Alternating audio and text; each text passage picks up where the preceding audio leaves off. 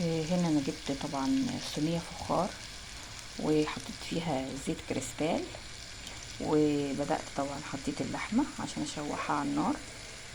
وهي دلوقتي انا عايزة احمرها في الزيت الاول قبل ما اطبخها او قبل ما اعمل اي حاجة. فهي الصدمة دي اللي هتاخدها اللحمة هتساعد في السوا بتاعها. تمام اهو يا جماعة، دي طبعا اللحمة التانية بالحلويات مع بصلة وطماطماية. طبعا حطيت فلفل اسود وملح ابيض. كده تمام. في حاجة تانية عايزة اقولها. آه مفروض اهو يا جماعة ابتدت تعيش مع نفسها. ابتدت تحمر، ابتدت تتحمر مع البصل اهو. خلاص كده هي قربت ايه على نص سواها.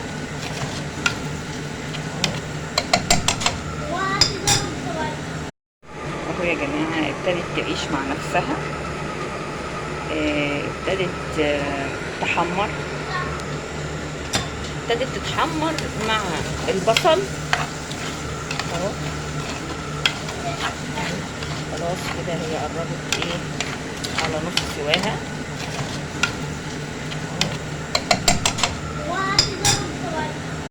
اهو يا جماعة اللحمة قلبتها تاني وابتدت تنزل المية بتاعتها وتتحمر اهي. وانا دلوقتي هنزل عليها بايه؟ بالبصل اهو.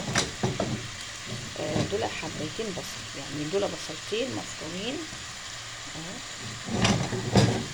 دول بصلتين اهو. تمام كده. البصل بيدي طعم للاكل حلو، بيخلي طعم حلو وجميل وبيطعم الاكل اهو. هقلب مع اللحمه عشان يتحمر اللحمه، عشان ياخد من نكهه اللحمه نفسها.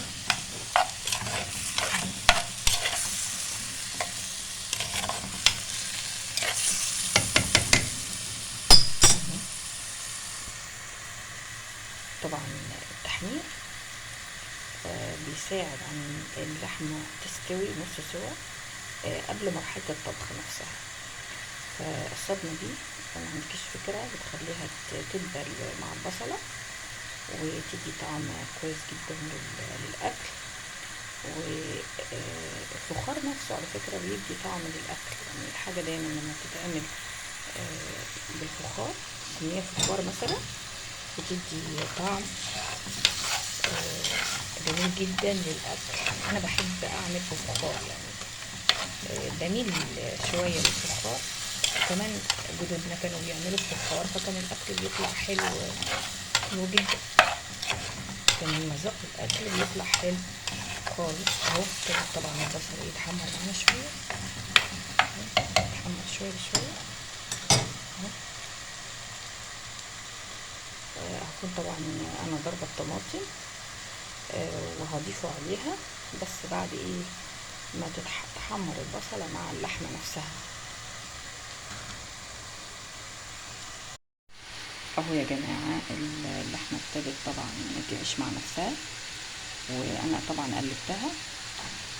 ودول طبعا مكعب مرقة وكزبرة ناشفة معلقة ونص، ونص معلقة من الفلفل الاسود، ومعلقة من الملح الابيض وهضيفهم عليهم كده